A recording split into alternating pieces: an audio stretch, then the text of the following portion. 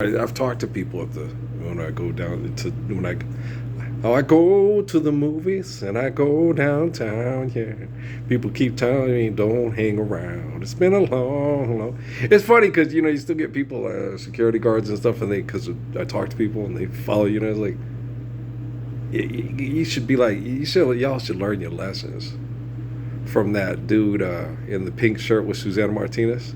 Nobody front on me. And the drug dealer here in town with his mama. Like, nobody front on me.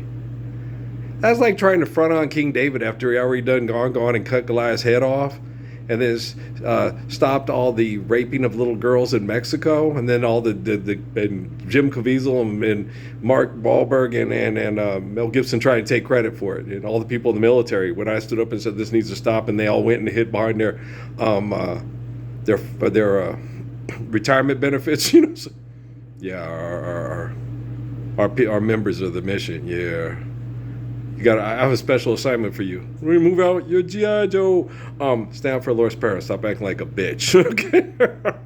Wait, that's insulting the dog. Stop acting like a bastard who's full of shit. There you go.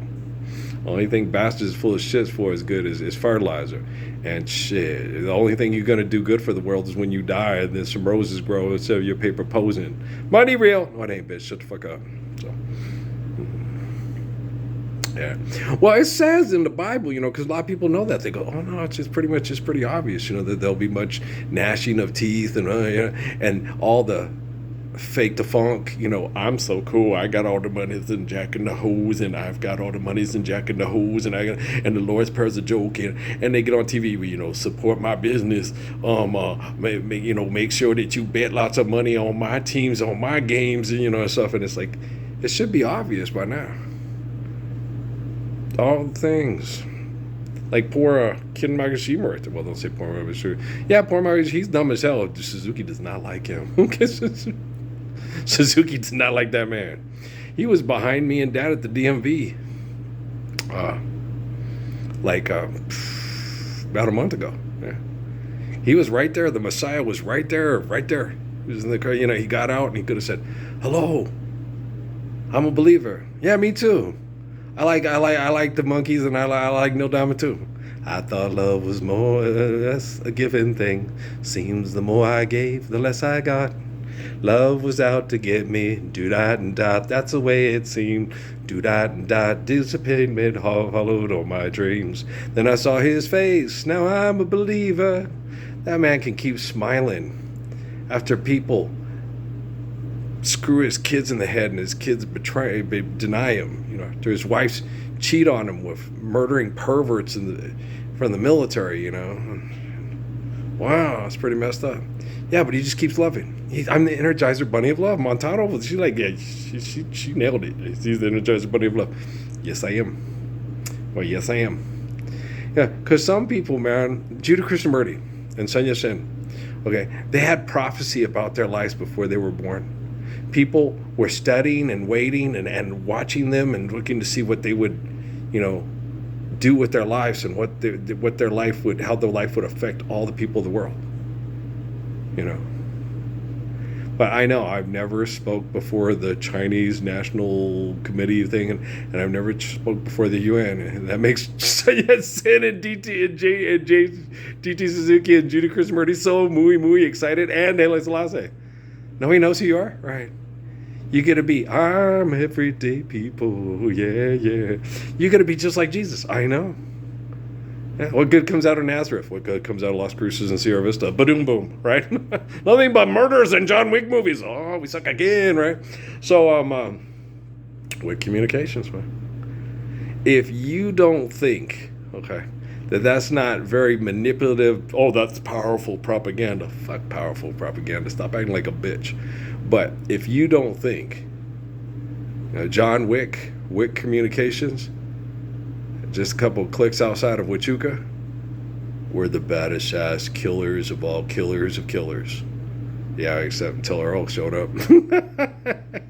He got up and said, we need to stop human trafficking. Now their scientists suck, and all their super soldiers are murdering. You're my little pussy face. And I'm your teddy bear. Fuck Roosevelt. He's an asshole. just, now don't mess with the mountain. Just let it go. Don't do any maintenance on it and stuff. Just let it grow. Just let nature take its course. And Lincoln and Washington, Jefferson will love it if you do. If you do now. I'm sure Lincoln does not want his face on Pasapa. He felt very upset when he couldn't respond to those hung papa that were mass murdered, and it was a travesty of justice when he couldn't do anything about it because he was trying to hold the Union together. That was brutal to Abraham Lincoln. And he promised those people they'd be safe and fed, and people were getting crappy because it was during, times of stress and all that, and they killed all those hung papa, and he couldn't do anything about it. And he's supposed to be the great father. They murdered those fathers trying to just feed their kids because they were promised something that wasn't delivered. Yeah. It's horrible. That also happened down here with Victorio and Lozon and Fun's mother. So yeah, it's very sad. It's Triste Peña. That's a good song. You ever heard that? Gypsy Kings, Triste Peña, means sad heart. That's one of my favorites. So Peter Fabre loved that song. When he heard it, he goes, "Oh my gosh, this is they're Basque. Yeah, I can tell. They they speak Spanish with the French, and because Peter's French, well raised in Mexico. Yeah, so he listened to it and he got him. I think that's why he had such a thing with Amy Sue. He's like me. He comes from people that had people from the southern migrations and stuff. Yeah, and it happens. Yeah. The Mexican women were mean to him when he was young. He had a crush on them, but they were mean to him because he was, gringo. He was, so they were mean to him. So he took the poop from his diapers and painted the walls with it. So they had to clean it up. I was like, God, that's a guess me fixed you, boy. He reminds me a lot of my dad. When my dad got mad at my grandma, and she did something to him. I can't remember what it was. She said it was he waited. She got brand new tires for the car. He stuck nails on under all 4 tires. She backed up and they all, and he hopped out from behind the wall and said, "I guess me fixed you. I guess me fixed you." And she said, "What are you talking about?" And he told her what happened. She goes, "God dang, Ralph, that was 6 months ago." She goes, "But I guess me fixed him after that. I lit his ass up." Okay. She had to go get all 4 tires fixed, and it caused a lot of money. She beat us, and she beat him up sideways. And she goes, "You ever do that again, you're going to get beat even worse." And he never did that again. I guess me fixed you, but I fixed him after that. She said that too. I beat him within an inch of his. She beat the living good. He popped out, "I guess me fixed you." And I was like, wow, some kids are like that. Oh, I was never like that. No. People treat me crappy.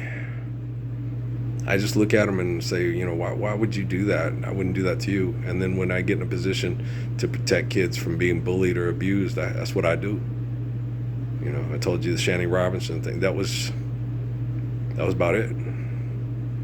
That was all I needed. The Jimmy thing, yeah, that hurt, but that was the Guy Williams and Walt Disney's fault, and Brian Benford, Robin Hood and Little John walking. My friends talk me into it. It's like robbing from the rich and giving to the poor, And I was like, yeah, his dad's rich, you can always get him more. Our dads are poor. And because when I took this stuff, I gave a lot to my friends. And then when my dad saw the toys he didn't buy me, I guess he fixed me. Oh, yeah. See this butt right here? It was once grass. And Senior was the lawnmower. Whoa! Why'd you do that? And I was like, my dad is, it's Rob from the Richest Robin Hood. This is Zorro, I said, and then he set me.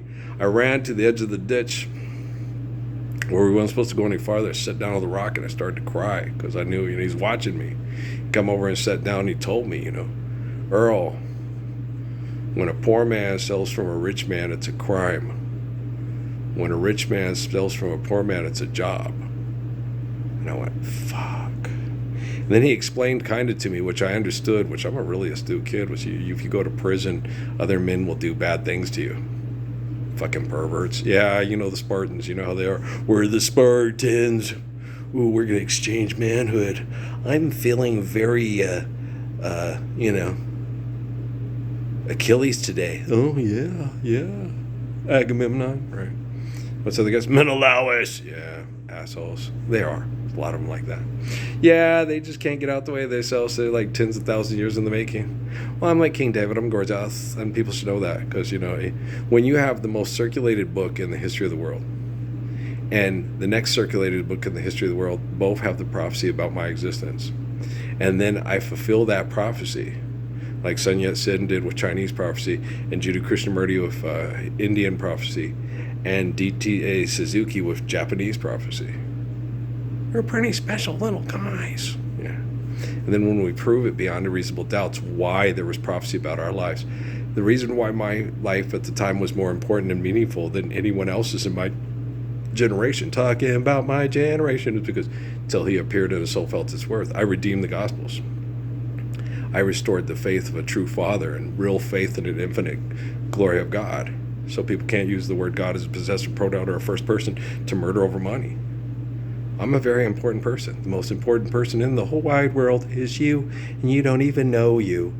And you're an angel. And me, I'm the king of angels. And if you don't believe that, well, then you just keep asking for money. And I watch TV, and I'm taking artificial general intelligence and making it actual general intelligence to save children from genocide in your ego. And your children will look at you and say, why weren't you like my father Earl? Because I wasn't born to be like him, but I ignored him because I was selfish. I know. David Rockefeller collected all the evidence. He couldn't stand you people, and you should understand why. So I'd get up off that TV if I couldn't say, we should stand up for a Lord's Prayer and recognize the Messiah in New Mexico now. Here and now. I promise to love faithfully. Your love's all I need. I know. And I need you to reciprocate. And if you can't, I'll save your children from your ego. I can do it. I can fix technology. And I believe it. If you don't believe it, then you just wager on the fact that we're going to keep murdering people over money to stroke your ego. You ever heard about a snowball's chance in hell? Okay. Hey, just, you know, it's Phoenix, and it's almost June. Okay. Want a snow cone? Okay, you in right field. Okay, guys. I love you, all right? Peace out, man.